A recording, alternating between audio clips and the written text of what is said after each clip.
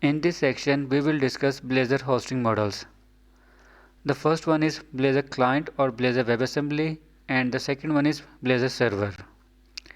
In Blazor WebAssembly model, we run C# code on the client machine, and in Blazor Server model, we run C# code on the server side. But the question is how we can run C# code on the client machine and into the browser. The answer is through WebAssemblies. So what is WebAssembly? WebAssembly is designed as a portable compilation target for programming languages. What does it mean? It means that we can write code in any language other than JavaScript which can be compiled as WebAssembly, and then this WebAssembly can be run in any web browser. So what is Blazor Client or Blazor WebAssembly and how it works?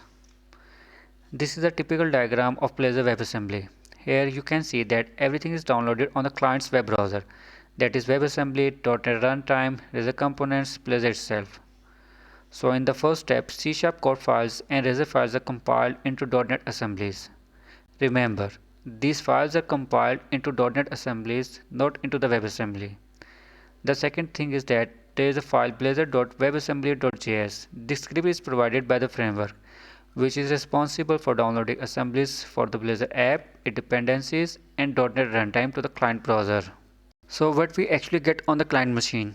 It can be viewed from the following figure. There are two things. The first one is .NET.wasm file, which is WebAssembly based .NET runtime, and this runtime is responsible to run C# code on the client's web browser. And the second thing is .NET assemblies, which includes AppAssembly and its dependencies. This slide shows the network window of a Blazor client application running in Firefox web browser. Here you can see that there are total 59 requests which are made from the client side. And in the result of these requests, we have downloaded .NET.wasm, which is the .NET runtime, AppAssembly, and its dependencies on the client machine.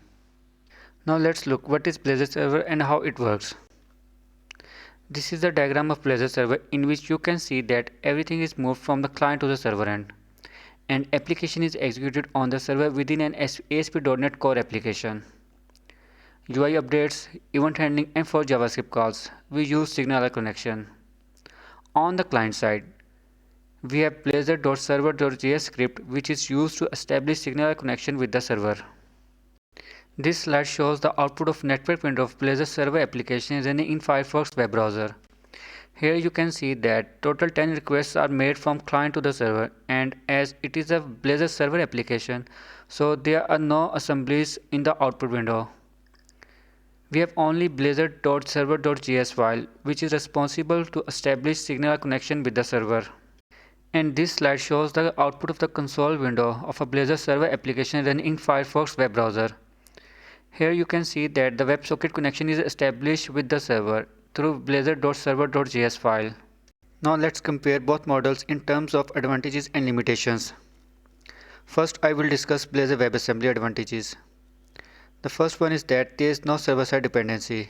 The app is fully functioning after it's downloaded to the client.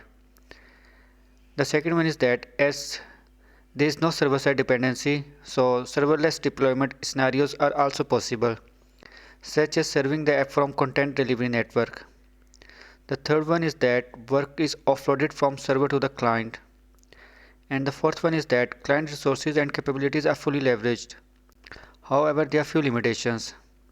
The first limitation is that download size is larger and app takes longer to load. The second one is that WebAssembly supported browser is required to run the application on the client side. Now let's look on the advantages of Blazor server application. The first one is that download size is smaller as compared to the Blazor WebAssembly application, and app loads much faster. The second one is that the app takes full advantage of several capabilities, including use of any .NET Core compatible APIs. However, there are few limitations. The first one is that higher latency.